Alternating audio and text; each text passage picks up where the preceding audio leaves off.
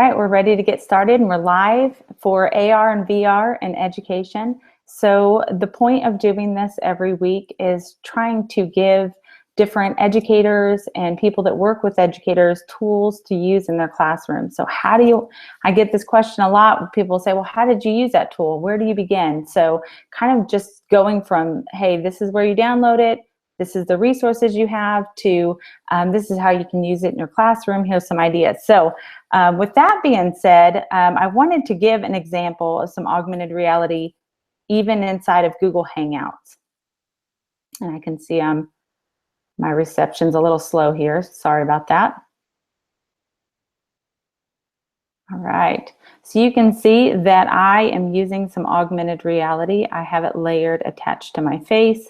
I can randomize this and just keep going with this. So there's a lot of Google effects that I can do inside of a Google Hangout, even though this is being streamed through YouTube Live. So with that being said, we're going to be talking about using some augmented reality in your class. This is a lot of fun, and it's kind of hard to understand, like, well, when can this be useful? You know, and I definitely think about just going into character and how would that student speak, and being put on the spot and trying to think quickly and act and respond. So I'm going to go ahead and turn off my Google effects here. And we're going to first look at an augmented reality app called AR Circuits. I'm excited about this app. When it first came out, I know nothing about circuit boards, so I'm just going to tell you like it is right here. But when using these AR circuits, I had fun just playing, just learning. So I'm going to show you through my device. I'm just going to grab my own device and I'm going to screen share with you on my phone and show you basically what I'm looking at through the lens of this app. And then I'll go through and explain. And so inside of this app, I'm going to go ahead and open it up in my AR folder, AR Circuits. All right. And I printed out these cards. I'm going to show you from the side. So I printed this out from their website. It is a paid for app. It's pretty cheap. I want to say maybe $2.99 for the app. The cards are free, and you can print them out on the website and print it out just on regular sheets of paper.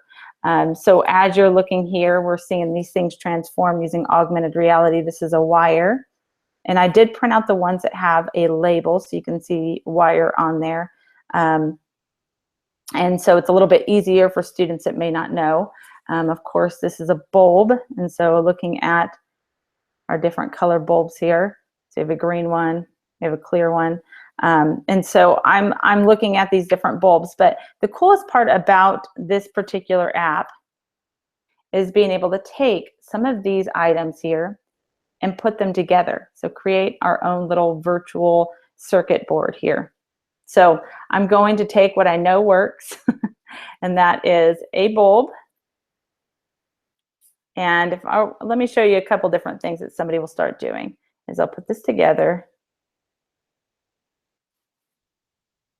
All right. And you can see right here, these two are together. So right now I have a bulb and a wire together. Let's say I connect that wire all the way around. It's all connected. But what happens if you connect a wire to a light bulb and connect it on the other end? Nothing, right? So I'm not going to see a change in my light bulb at all. But so then you kind of start exploring, well, you know, I noticed that there was a switch over here. So let's add in a switch. And then on my device itself, on my screen, I can tap the screen and it says, okay, I'm tapping it on and off, right? And I'm definitely not seeing the option that I should see right here, and that should be looking at the bulb coming on, but it's not. So then I have to go back and say, okay, well, what did I do wrong? Well, what does it require? It requires more than just a switch, and it requires more than just a wire. So I can come over here and look, and I can kind of toy around. Okay, well, I have a resistor, I have a conductor, and so what can I add? And maybe the next thing I realize, oh, a battery. Okay, well, let me add the battery. It's here. So here we are, we have a battery, we have a wire, we have the switch, we have the bulb. So then I turn it on. Oh, there it is. There's the light. So then I can turn it on, off, and I can see. Now, you can also build upon this to make this, of course, a lot more elaborate than just these 4 pieces that I have here. If I wanted to add maybe 8 pieces and really go crazy with this, I can. It's a little hard to show you this and fit all these pieces together. But let's say I wanted to add and more pieces. I certainly could. So I can come over here, and you can see I can kind of keep building from this. And I'm going to go off the table before I'm done with this. So I can keep building from this as long as I get the view. So you can see this is kind of covering over that. So because of it, I didn't get the full view. So the way that you can get around running into just setting it up perfectly aligned, right, is printing these out instead of single sheets of paper. Printing them out, and they give this to you. Let me show you the original here. All right, printing them out on a net that you can then have them printed, folded, and then turned into a cube. So I started to fold this one as we were getting started and just ran out of time just trying to get all this stuff going. But you can see right here having the option of getting this all together, folding this all together like this, and then creating that cube would allow me to line up each item side by side a lot easier than trying to fit pieces of paper side by side and making sure it's perfectly aligned without it moving. So the cubes seem to fit easier when you're trying to match these up. It's a lot easier to work with something like this and have them all printed, and you would just, of course, fold these in and glue it, and it'd be a cube, paper cube, than something like this. But this doesn't take any time at all, just to cut these out and have them ready to go for your students to kind of play around with. But I love, love, love this because it is really, to me, all about the play. So even if I don't understand how to use these tools, I might say, what does a conductor do? I have no idea. And in all honesty, I have no idea. That's so sad, but I don't. So this would be a great way. I've never seen the conductor. This is the first time I've seen it in the set. So this has been recent or been added since I've played around with it. But as you go through, it will give you a good chance to kind of see, all right, well, what does that conductor do? Is it going to be a positive or a negative thing to use with my light bulb? Is this going to help my light bulb work? Is this going to work for something else? What exactly will it do? So I like that it's all through exploration. So those are AR circuits. If you've ever used that one, that one's really neat. The next part about this is looking at virtual reality, and I think that one's a lot of fun too. So what can we do with our students as far as the active engagement for them to explore and learn? There's lots of VR things that we've talked about. We've talked about co-spaces and creating virtual reality. We've talked about using, well, even just having Adorable come on and share how we can collaborate and talk. And so that is a really cool way. So one of the things that you can do, though, is using an app with USA Today, which is news.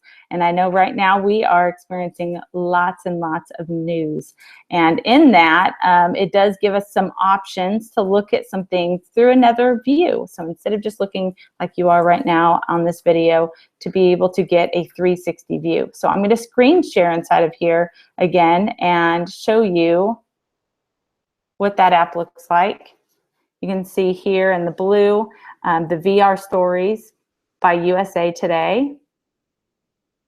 If I click inside of this app, there are a ton of different things happening, and I'm going to want to turn on the volume here in a little while once we get inside of here. But as I'm going through, instead of looking at news just on your screen and being stuck to that one little small area and waiting for somebody to show you the area you're interested in, instead you could really take this and run with this in the way that you want to run with this. It would be personalized for you.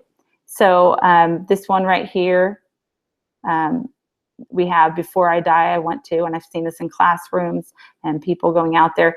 There was one that I was looking at today that I thought was pretty neat, and that's going inside a burning building. So it's talking about what does that look like? What are some warning signs? What kinds of things are happening? How many of you have ever been in a burning building? I have not. So if I go into here, I'm going to pause this, and I'm going to go ahead and turn on my audio here, give this a shot, and hopefully we get an audio feature. But even as I'm paused, you can see I'm able then to look left, I'm able to look right, and you can see I'm getting this experience inside of a burning building, even paused. Let's see if I can go landscape. Nope. It's going to keep me portrait, which is fine. Okay, so I'm going to go ahead and push play. And I'm muted. Let's see. Yeah, so it's just, what it does is it will walk you through the process of being in a burning building, what types of things to be cautious about. Here we are inside of, I don't know if you can guess this. All right, inside of I'm in front of a fire truck driving down the street. So this is their training area. And then it will bring you into this burning building and allow you to then experience. And one of the most important things that they mentioned right off the bat was watching how quickly the smoke rises and how quickly that area becomes a danger.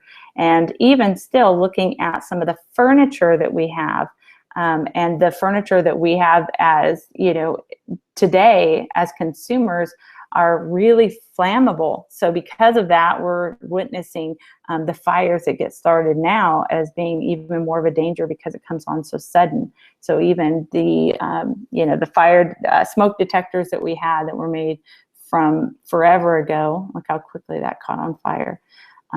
But the fire smoke detectors that we had is not necessarily meeting the needs of what we have in our homes today. So it's really interesting just to see being inside, how quickly that happens, and ultimately just being able to recognize some of the things that to be careful for, some of the dangers. I think we all think, oh, I'll just get outside, how quickly I can just get outside. You can see I'm putting out the fire here, and look how much smoke is involved with that. So you think, oh, I'm safe, but breathing in all of that smoke that is just filling the room right there, and how difficult that would be to breathe.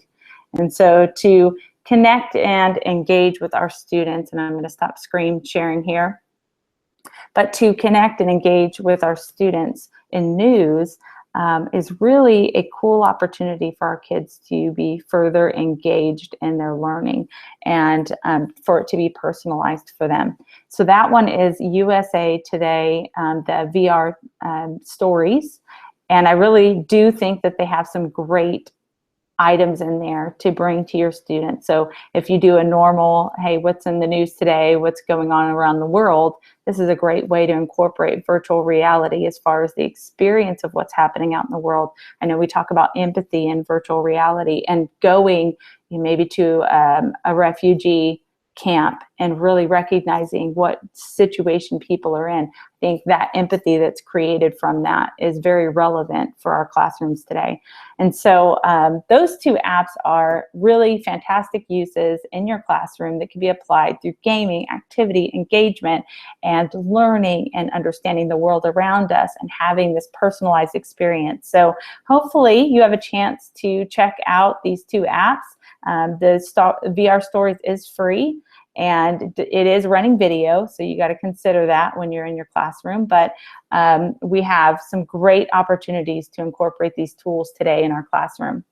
In addition, every Wednesday evening now, U.S. time, so Wednesday we're talking about 6 p.m. Pacific, 8 p.m. Central, and 9 p.m. Eastern, there is now an AR, VR, and EDU chat. So this Twitter chat is awesome. I think it's a great opportunity for people to connect and collaborate and share ideas and continue to grow this group and in our learning of using these tools in education. So hopefully you're able to join. I would love for you to join in, and we'll continue to have different moderators and coming in even from companies and sharing and hopefully opening up our horizon on what tools are out there and available to us right now for our classrooms. So I hope you had a great day, and we are ready for our weekend. So thank you for joining me today.